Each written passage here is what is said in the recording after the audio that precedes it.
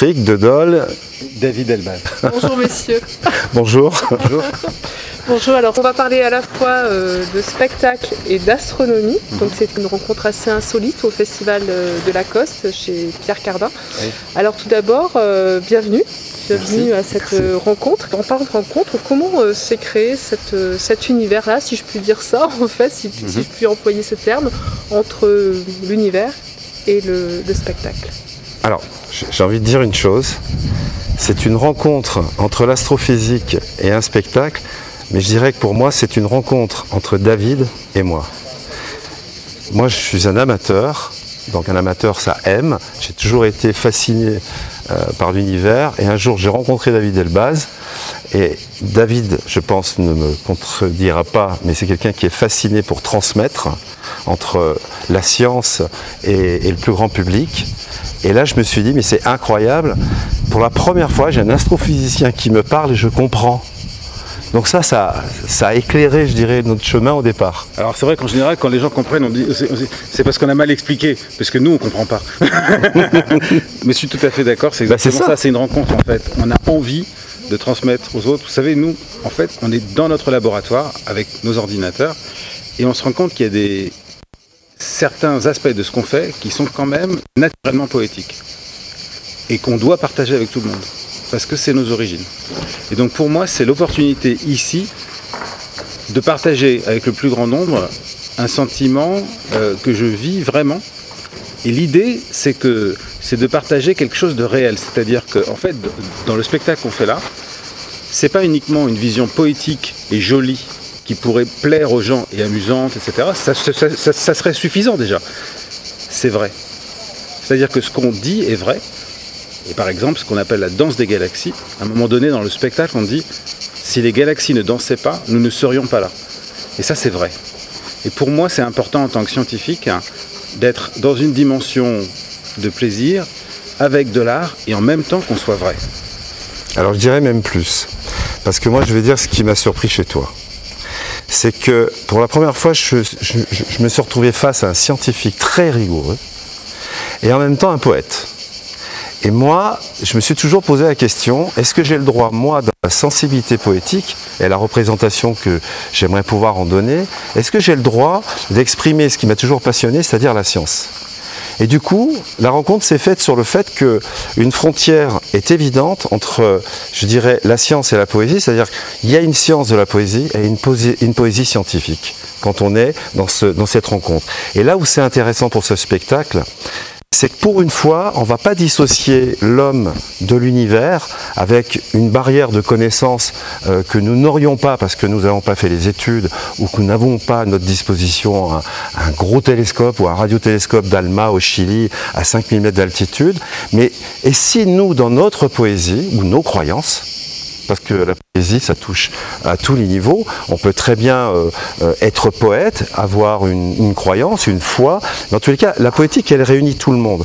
Donc l'idée, c'est comment la poésie peut ouvrir un champ du possible et de l'intuition dans lequel la science a le droit d'être là et d'exprimer des choses qui sont réelles. C'est-à-dire qu'il n'y a pas de frontière entre les deux. Et en fait, David a cette force-là. C'est-à-dire qu'il peut transmettre cette idée que n'importe qui, par intuition et par sensibilité, peut apporter quelque chose à un scientifique. Et moi, je me suis senti utile d'un seul coup. Vous racontez une histoire? Quand on commence le spectacle par une dimension d'une planète qui naît dans le ventre d'une étoile, c'est une belle histoire, ça. Déjà là, on est... Il démarre dans la maternité, en fait. Et on s'aperçoit que si l'étoile ne dansait pas, c'est-à-dire si elle ne tournait pas sur le moment, elle ne pourrait pas enfanter une planète. C'est vrai que vous avez un vocabulaire assez particulier quand même pour parler d'univers, hein, je le confirme. Bah oui. C'est l'astrophysicien qui parle. Moi, je suis obligé d'être scientifique maintenant avec lui. Je suis obligé de lui rappeler, mais attends, d'après la formule de Einstein, le maître, je suis désolé, au niveau du Big Bang, ça se passe pas comme ça. Dans le ventre de la galaxie. Mais non, c'est un accoucheur. C'est un accoucheur. Alors pourquoi je parle comme ça? C'est aussi parce que, en fait, on utilise des télescopes qui ne font plus des photos, qui font vraiment des échographies. Et donc nous, on est face à une échographie, on doit analyser l'image comme un médecin qui se dit est-ce que c'est un garçon, une fille, etc. Et nous, on se dit est-ce que c'est un Jupiter, une Terre? Est-ce qu'il va y avoir de la vie? Est-ce qu'il va y avoir de la vie? On est face à une échographie.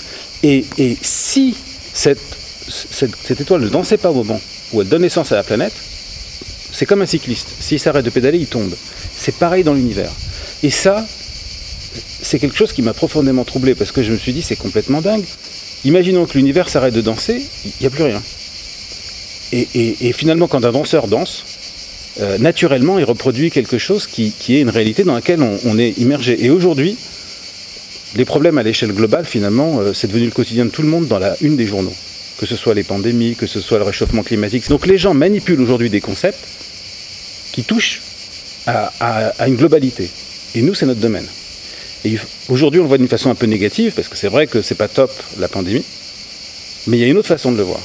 C'est que cette réalité globale, elle nous porte, elle nous a enfantés, et elle conduit vers des choses qui sont quand même belles. Et donc, c'est bien aussi de se resituer un peu dans ce contexte-là pour avoir un peu plus de lumière, parce que c'est vraiment ça. Et en fait, la vraie leçon de cette histoire, c'est que bien sûr, il y a le spectacle, et le spectacle, c'est ce qui fait que le public va passer un moment assez inoubliable.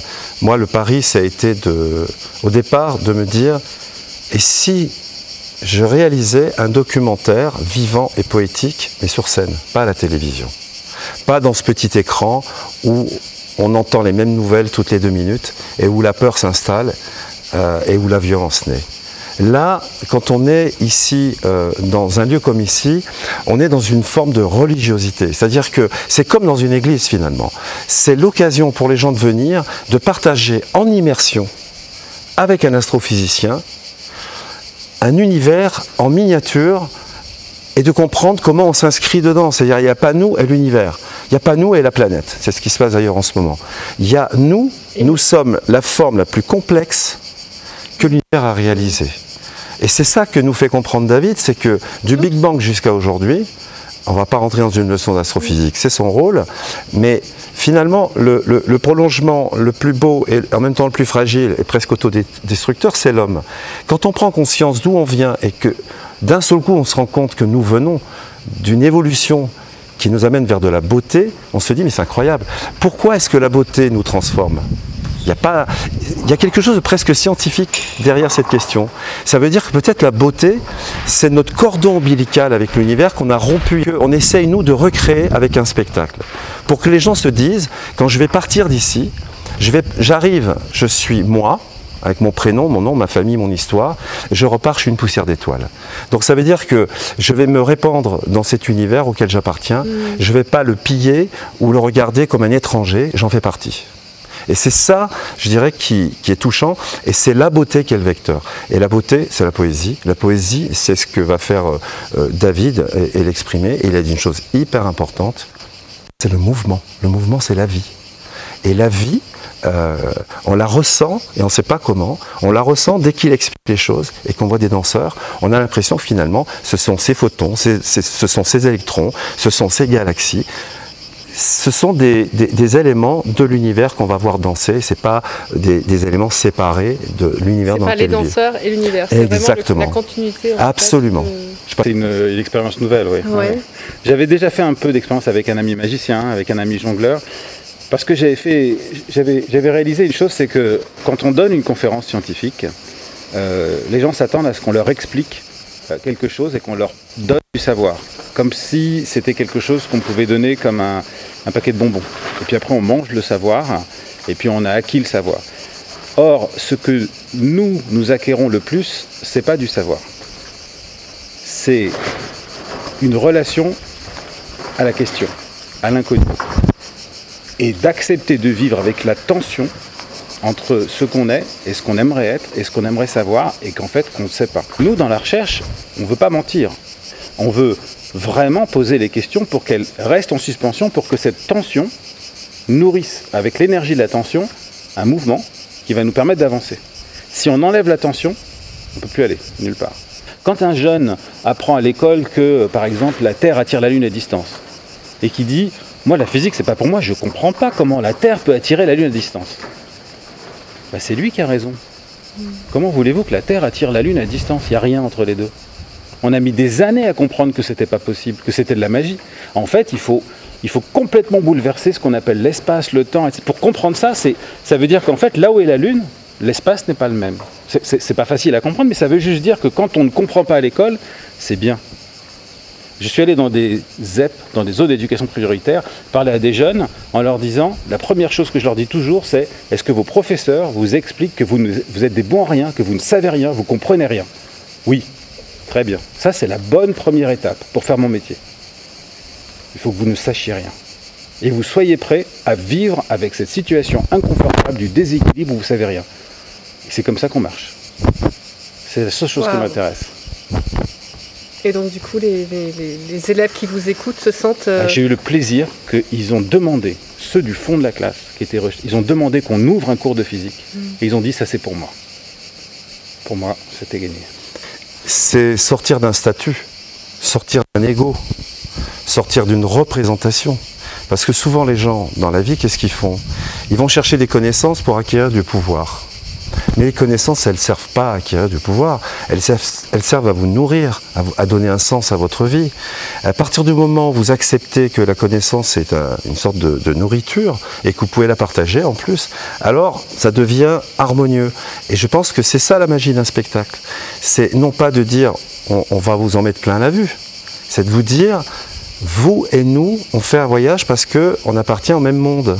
Et si vous arrivez à sentir par la poésie qu'on est tous reliés les uns avec les autres, à ce moment-là, on a le sentiment d'abord, on n'est pas seul dans l'univers, et on n'a pas besoin de penser qu'il faut des ovnis ou des martiens. On n'est pas seul dans l'univers parce qu'on est là en train de parler. On est déjà suffisamment nombreux sur Terre. Partageons ce qu'on a à partager, et cherchons justement à ouvrir un peu, comme on dit, les chakras. Et moi, je pense que la dimension poétique, la poétique, c'est un langage. Et ce langage-là, on n'enseigne pas à l'école. On a honte. On ne veut pas parce que c'est compliqué, c'est abstrait, mais c'est une connaissance, la poésie. C'est la façon de communiquer avec les autres, c'est de communiquer avec la connaissance et d'en faire quelque chose pour sa vie de tous les jours. Moi, depuis que je suis et que je travaille sur ce spectacle, je me sens pas seul.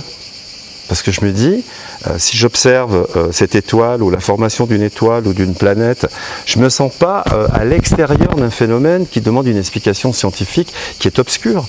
Je suis juste en train de me dire que je peux faire partie de ce phénomène. Et ça, si on arrive à le faire avec le spectacle et les moyens qu'on nous a donnés, mais c'est formidable. Et il y a un homme qui a toujours pensé comme ça. C'est Pierre Cardin.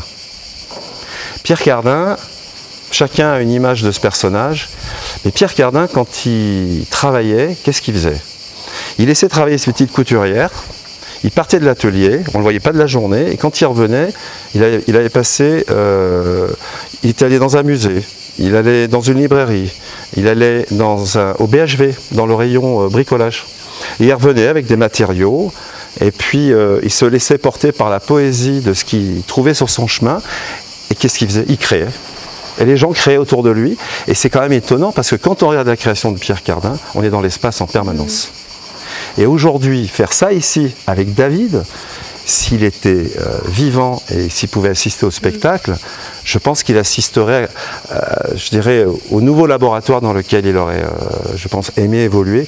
Et je pense que tu aurais travaillé avec lui. Et vous, David, ça vous fait pareil, en fait, le fait de changer d'univers, en fait, de venir de l'astronomie au spectacle? Qu'est-ce que vous apprenez? Comment vous l'anticipez, ça?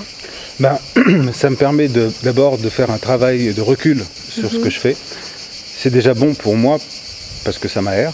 Ça me permet de rencontrer un monde, d'être dans un autre monde, un autre univers, avec d'autres façons de parler, un autre vocabulaire. Et donc ça me permet de formuler autrement. C'est un peu comme si on passait du noir et blanc à la couleur, en fait. Donc, si vous regardez la même image en couleur, c'est les mêmes formes, on est dans le même monde. Mais n'empêche que la couleur, c'est pas mal. C'est beau. Et puis parfois... En même temps, vous êtes en noir et en blanc, hein, tous les deux. Ouais. Ah oui, toujours. Et comme ça, vous allez profiter de la couleur pour le spectacle. On ne veut pas abîmer votre rétine pour l'instant. C'est normal, parce que vous savez que tout est une question de transformation, le yin et le yang. Ouais. Le soleil, pour les Chinois, c'est le yang, le grand yang. Et ce qu'ils disaient, les Chinois, c'était que quand le grand yang blanc va à son extrême, naît le yin. Ils disaient qu'il y avait un corbeau noir dans le soleil. Eh bien, on a découvert... Ici, on dit que c'est Galilée. En réalité, les Chinois le savaient depuis longtemps, que ce corbeau noir, qu'ils appelaient un animal comme ça qui était dans le soleil, c'était les taches solaires. Et ça, c'est l'une des révélations de l'univers qui nous sert de leçon sur ce qu'on vit sur Terre. Pourquoi? Parce que vous avez le soleil, qui est une boule de feu, vous poussez l'énergie du soleil à son extrême, il devient plus lumineux. Vous le poussez encore plus à son extrême, ça devient noir. Les taches noires sur le soleil, c'est les endroits où l'énergie est la plus concentrée. C'est exactement le principe du yin-yang. Quand le yang est poussé à son extrême, il devient yin. Quand le yin est poussé à son extrême, il devient yang. Et je vais vous faire une révélation. C'est que, en fin de compte, qu'est-ce qui distingue certains êtres d'autres? Il y a ceux qui savent raconter une histoire à table, et tout le monde écoute. Il en fait partie. Et que quand on est avec ce désir de transmettre, de séduire, de capter l'attention au service d'une connaissance comme l'astrophysique, pourquoi gâcher ce talent dans un bureau avec un ordinateur et en train de discuter avec tes collègues de Hawaï, etc. Ouais. Moi je lui ai dit, mais attends, on va donner de la dimension à tout ça. Il va falloir qu'on te mette de la lumière, il va falloir qu'on te mette des images. Et là, j'ai vu un gosse. Donc en fait, quand il est ici, ce qu'il ne vous dit pas, c'est qu'il a, allez, ouais, t'as 45 ans de moins, quoi. Parce que vous allez voir l'enfant David dans le spectacle.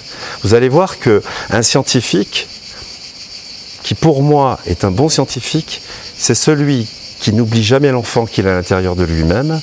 Et quand il dialogue avec cet enfant, alors tout est possible, il ne se sépare pas du reste du monde, il est dans le monde, il nous touche et on s'identifie à lui.